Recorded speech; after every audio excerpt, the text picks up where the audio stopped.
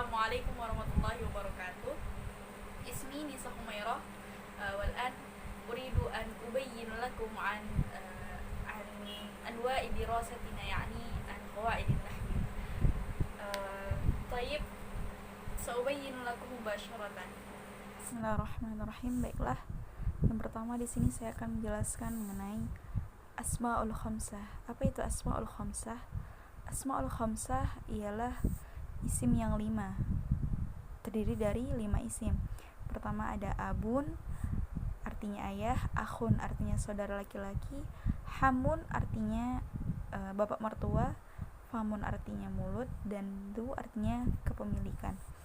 Nah, jikalau kelima isim ini terdapat dalam sebuah kalimat, maka tergantung pada kedudukannya. Jikalau kedudukan kata itu menjadi rofa, seperti dia menjadi fa'il misalnya, maka asmaul khamsah di akhirnya itu ada tanda waw atau tambahan waw. Contohnya abu, akhu, hamu, famu, dan du. Saya di sini mengambil contoh qoma abuka. Kenapa dia abu? Karena di sini dia menjadi fa'il, sementara fa'il itu hukumnya rofa. Dan yang kedua, jikalau kata asmaul khamsah dalam kedudukan nasab, maka akhirannya itu ditambahkan alif. Contohnya aba, akho, hama, fama, dan da. Di sini saya mengambil contoh ro'aitu abaka. Saya telah melihat ayahmu. Siapa yang saya lihat adalah ayah. Ayah di sini dia menjadi maf'ul, dan maf'ul hukumnya mansub, maka tanda nasab asmaul khamsah itu dengan alif. Kemudian yang ketiga ada khafdun, dalam keadaan khafat atau jar, yaitu asmaul khamsahnya berakhiran ya. Abi, akhi, hami, fami, di. Di sini saya mengambil contoh marartu bi abika. Saya telah melewati ayahmu. Nah, di sini ayah dia majrur karena sebelumnya ada huruf jar. Maka asmaul khamsahnya dalam keadaan majrur, dia tandanya adalah dengan ya. Baiklah, penjelasan pertama itu mengenai asmaul khamsah. Apa itu asmaul khamsah? Asmaul khamsah adalah isim yang 5, di mana di sini terdiri dari kata abun, akhun, famun, hamun, dan amun. Abun artinya ayah, akhun saudara laki-laki, famun artinya mulut, hamun artinya bapak mertua, dan amun artinya paman. Jikalau kelima kata ini menduduki sebuah kalimat, pertama, jika kalimatnya sebagai mubtada misalnya atau sebagai fa'il, dia dalam keadaan rofa, maka sini asmaul khamsahnya tandanya itu dengan tambahan waw di akhir katanya, seperti yang awalnya abun menjadi abu, ada tambahan waw di setelah huruf ba. Contohnya dalam kalimat di sini saya menjadikan abu sebagai fa'il. Selanjutnya mengenai af'alul khamsah. Apa itu af'alul khamsah? Af'alul khamsah adalah fi'il yang 5, di mana fi'il yang 5 ini terdiri dari domir huma, hum, antuma, antum, dan domir anti. Kenapa harus kelima domir ini? Karena kelimanya termasuk ke dalam af'alul khamsah. Adapun istilah lain dari domir-domir ini adalah domir yang terdapat aliful itsnain yang terdapat pada domir lil ghaib, dan aliful itsnain yang terdapat pada domir lil mukhatab. Dan pada hum itu istilah lain wawul jamaah yang terdapat pada domir hum, dan wawul jamaah yang terdapat pada domir antum. Adapun domir anti itu disebut dengan yaul mukhatabah. Contohnya di sini ada huma yaf'alani, hum yaf'aluna, antuma taf'alani, antum taf'aluna, dan anti taf'alina. Kemudian selanjutnya, jikalau kelima fi'il ini kedudukannya di dalam sebuah kalimat yang menjadi rofa, maka maka tandanya itu dengan tetapnya huruf nun. Maksudnya huruf nun yang ada pada dhamir huma, hum, antuma, antum, dan anti itu tetap ada jikalau keadaannya dalam keadaan rofa. Namun jikalau keadaannya dalam keadaan nasab atau jazam, maka kelima fi'il tersebut dengan tandanya dengan hadfun nun, yaitu menghilangkan huruf nun. Contohnya dalam keadaan nasab, di sini saya akan buat uridu, si Zaid misalnya, al muslimuna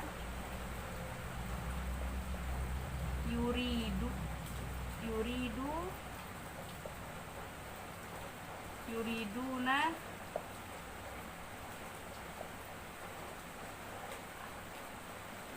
al-muslimuna yuriduna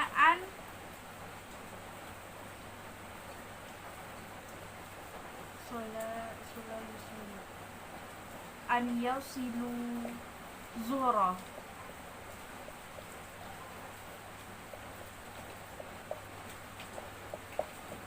Di sini saya menghilangkan huruf nun yang seharusnya pada hakikatnya dia ada huruf nun. Kenapa saya hilangkan? Saya hilangkan karena sebelumnya ada huruf nasab yang menyebabkan fi'il mudhari itu mansub, dan tanda mansubnya adalah dengan hadfun nun. Begitu juga dengan jazam. Contohnya di sini saya mengambil lam yadhhabu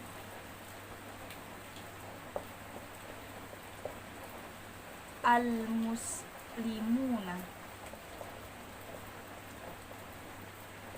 Yadhhabu ini hakikatnya ada huruf nun, namun karena masuknya harful jazam, maka menyebabkan fi'il mudhari'nya itu hadfun nun karena hukumnya majzum. Untuk materi selanjutnya di sini saya akan menjelaskan mengenai nasbul fi'il mudhari'. Nah, untuk kali ini nasbul fi'il mudhari' hurufnya adalah lamut ta'lil dan lamul juhud. Lamut ta'lil itu artinya lam yang berfungsi sebagai alasan, di mana kaedahnya yunsabul fi'lul mudhari' ba'da lamit ta'lil bi an mudmaratan jawazan. Bi an mudmaratan jawazan ini maksudnya huruf an itu boleh disembunyikan atau tidak disembunyikan. Lanjut ke contoh. Adhabu ilal madrasati lita'alluma au bi an ata'alluma. Kenapa di sini ada yang memakai an dan ada yang tidak memakai an?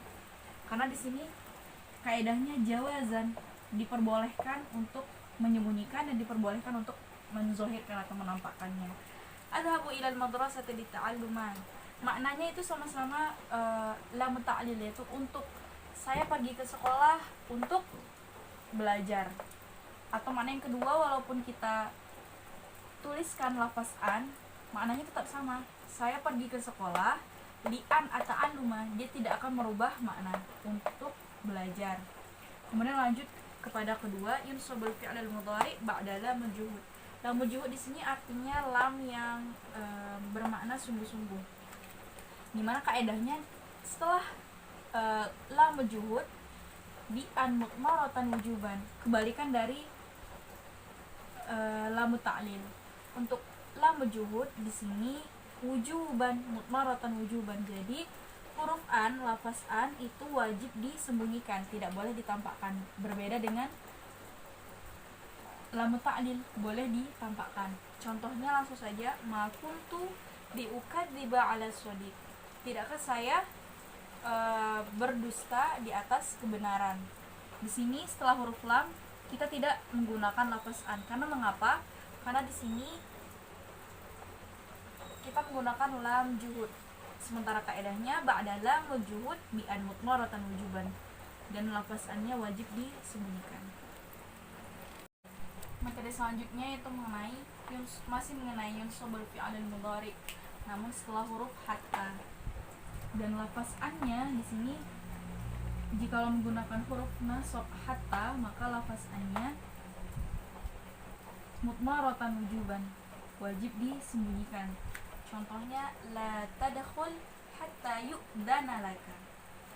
Sini yu'dana menjadi fi'il mudhari mansubun bil fathah karena sebelumnya ada hatta. Dan lafazannya wajib disembunyikan.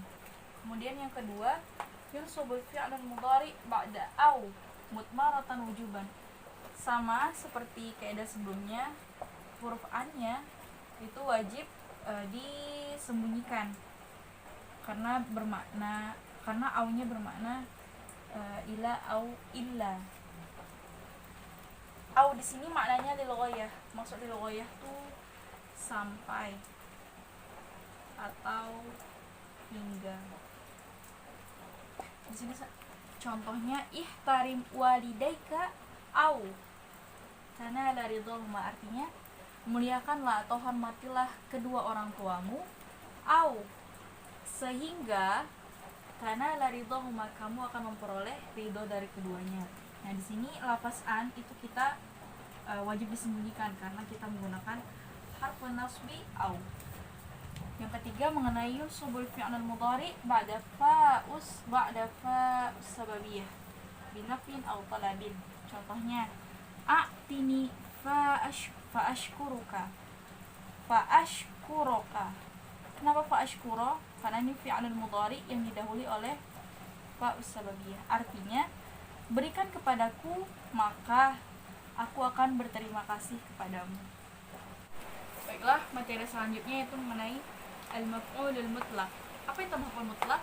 Maf'ul mutlaq adalah masdar yang mansub yang makna dia itu datang setelah fi'il, baik untuk litaukid, dibayanin nau atau dibayanin adat. Adapun jenis dari maf'ul mutlaq itu dibagi menjadi dua.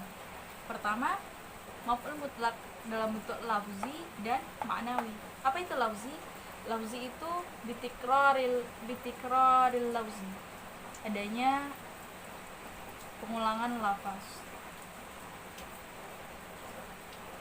Tapi kalau maknawi itu adalah muradiful makna. Maksudnya itu persamaan secara makna. Baik, bagian dari maf'ul mutlaq dari segi fungsi, pertama litaukid, artinya penegasan. Contohnya di sini daraba Zaidun aliyan. Darban, si Zaid itu telah memukul Ali. Darban, nah darban di sini dia sebagai penegasan atau penguat kalau seandainya si Zaid benar-benar memukul Ali. Kemudian yang kedua, fungsinya yaitu untuk menjelaskan sesuatu baik dalam bentuk idhofah atau bentuk wasfun, sifat. Contoh pertama dalam bentuk wasfun, darabtuhu daraban syadidan. Darban syadidan, darban adalah bentuk masdar yang mansub dan syadidan adalah bentuk sifat. Di sini masuk na'at man'ut. Darabtuhu darban syadidan, artinya saya telah memukulnya dengan pukulan yang amat kuat. Dan yang kedua itu untuk yang idhofah, jalasa Zaidun julusal mutakabbir. Si Zaid itu telah duduk seperti duduknya orang yang sombong. Jadi ini dalam bentuk idhofah. Ada fungsi yang ketiga yaitu untuk menjelaskan jumlah atau banyak. Di sini kalimatnya daraba Zaidun aliyan darbatan wahidatan. Si Zaid telah memukul Ali sebanyak satu pukulan. Jadi wahidatan darbatan wahidatannya ada bentuk maf'ul mutlaq libayanil adat. Penjelasan materi terakhir yaitu mengenai maf'ul li ajli. Apa itu maf'ul li ajli? Yaitu maf'ul yang menyatakan alasan. Pertama, kaidahnya itu maf'ul li ajli huwa masdarun mansubun yubayyini wuqu'il fi'li wa nas'alu anhu limadha. Maf'ul li ajli adalah isim masdar yang mansub, fungsinya untuk menjelaskan kedudukan fi'il atau kita menanyakan darinya itu kenapa. Contohnya yusafiru Ahmadu ila Misra Talaban lil ilmi. Talaban di sini dia menjadi maf'ul li ajli. Kenapa? Karena dia menjelaskan alasan si Ahmad melakukan perjalanan ke Mesir. Safaru Ahmad ila Misra talaban lil ilmi, artinya Ahmad itu bermusafir atau melakukan perjalanan jauh ke Mesir talaban untuk menuntut lil ilmi, menuntut ilmu. Tayyib, yumkin hadza minni, syukran ala ihtimamikum, afwan ala kulli khata'i, wassalamu alaikum warahmatullahi wabarakatuh.